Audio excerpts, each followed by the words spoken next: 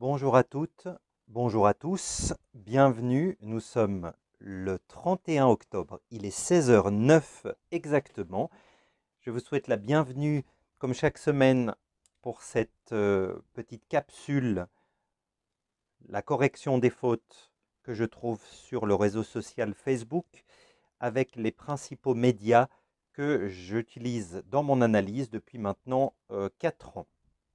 Commençons avec la première faute de la semaine. Je vous laisse lire cette publication du journal suisse vaudois 24 heures.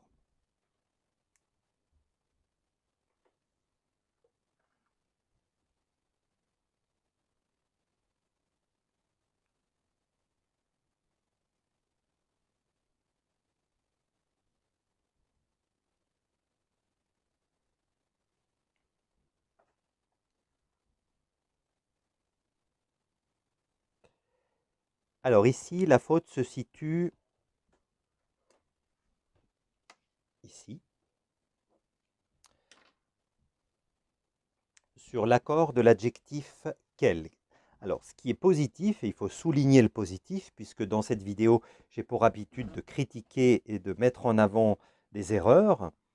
Ce qu'il faut souligner ici, c'est que à côté du soit, le verbe, le quelque se détache. Donc, le rédacteur ou la rédactrice de cette publication a bien compris cela et a détaché lequel. Maintenant, la réflexion ne s'arrête pas là. Il faut aller vérifier le sujet pour pouvoir, primo, accorder le verbe et deuxio, accorder ce fameux adjectif, puisqu'en détachant lequel du que, lequel devient un adjectif. Donc, où se trouve notre sujet? C'est un sujet inversé, leur origine, féminin, la couleur de la peau, féminin, et genre, masculin. Donc, le problème est ici, c'est que dans notre long sujet qui comprend 3 éléments, se trouve un élément masculin, d'où l'accord duquel, de cette manière-ci, plutôt que de cette manière-là.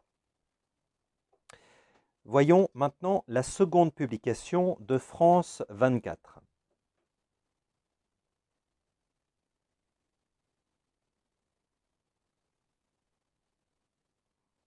Donc restons pragmatiques, surtout lorsque nous parlons de l'accord du participe passé. Il faut être pragmatique et structuré et bien entendu avoir les règles dans sa tête. Donc ici le verbe c'est ont brisé. L'auxiliaire c'est l'auxiliaire avoir. Donc qui dit avoir dit recherche du complément d'objet direct. Ils ont brisé qui? Nous. Donc le complément d'objet direct est antéposé, il est masculin pluriel, donc brisé aurait dû s'accorder au masculin pluriel. Ça, j'insiste vraiment, c'est une règle de base et il faut absolument être capable de maîtriser la règle de base et de l'appliquer au moment où nous écrivons. C'est très très important. L'express maintenant.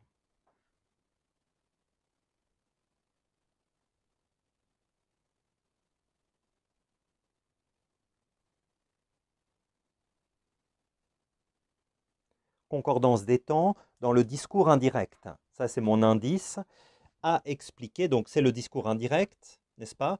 Puisqu'on reprend les propos du président de la République française. Donc, c'est bien le discours indirect. Le verbe introducteur est au passé. Il a expliqué, passé composé. Donc, nous sommes dans le système du passé.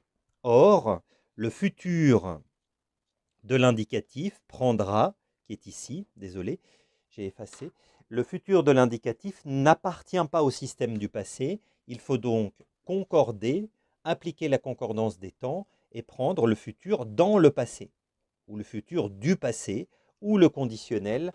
Il y a 2 appellations, je vous l'ai déjà expliqué, soit ceux qui parlent de conditionnel avec valeur de futur dans le passé, soit ceux qui estiment que le conditionnel est un mode, il n'exprime que l'irréel et la supposition. Il faut utiliser le futur dans le passé qui, lui, est un temps à part entière. Donc il y a 2 appellations, 2 écoles qui sont en désaccord depuis longtemps. La mienne, je vous l'avais dit, mon école, c'est plutôt d'appeler ce temps le futur du passé. Et enfin, France Inter pour terminer, 4e et dernière publication.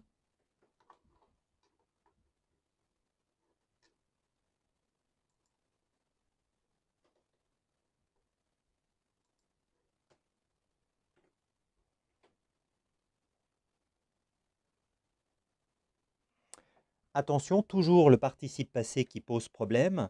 Ici, c'est sévi. Donc, je vous pose le verbe à l'infinitif. C'est le verbe sévir. C'est un verbe du second groupe. D'accord? Deuxième groupe, les verbes en IR, puisque à la première personne du pluriel, c'est sévisson. Donc, le participe passé des verbes du deuxième groupe se termine par un I et rien d'autre. Pas de S, pas de T, rien d'autre. Donc ici, sévi aurait dû s'accorder de cette manière. En mettant un S, on soupçonne deux choses. Soit le rédacteur ou la rédactrice a accordé avec le sujet, ce qui est absolument impossible avec l'auxiliaire avoir, soit elle a pensé que sévir, le participe passé de ce verbe, se terminait d'office par un S. Ce qui voudrait dire qu'au féminin, c'est sévise. Ce n'est pas génial non plus. Donc non, attention, toujours le pragmatisme, hein, l'orthographe c'est ça, le pragmatisme, on pose les choses, c'est le verbe sévir, deuxième groupe, tous les verbes du deuxième groupe se terminent par un i. Tout le participe passé, pardon, je n'ai pas été très clair, les participes passés des verbes du deuxième groupe se terminent par un i. Le compteur des fautes maintenant, vous l'attendez, 795 fautes à ce jour, donc nous sommes toujours le 31 octobre, il est désormais 16h15 et je comptabilise à ce jour 795 fautes au compteur des fautes depuis le 1er janvier de cette année. Je mettrai à jour dans quelques heures, voire dans quelques jours, la statistique intermédiaire sur le type de faute, puisque dans ces 795 fautes, bien évidemment, se trouvent toutes sortes d'erreurs. Et j'ai fait une classification sur le site internet www.écolelfmp.ch à la page orthographe. Vous avez une classification globale du type de faute, avant le rapport complet qui paraîtra début 2020. Je vous remercie énormément pour votre confiance. Je sais que vous êtes nombreux à regarder ces vidéos, je le constate, je le vois, et je reçois aussi beaucoup de messages qui m'encouragent à continuer. Je souhaite que vous partagiez, hein, que n'hésitez pas, si vous remarquez que j'ai fait une petite faute en écrivant des choses, ça m'arrive. Vous savez que je suis quelqu'un de tête en l'air, et ce qui est paradoxal d'ailleurs.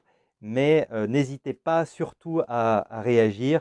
Si tout est fait dans la bonne humeur et dans le respect, ce sera avec un immense plaisir pour moi de vous répondre et d'accepter votre commentaire. Merci beaucoup et à la semaine prochaine.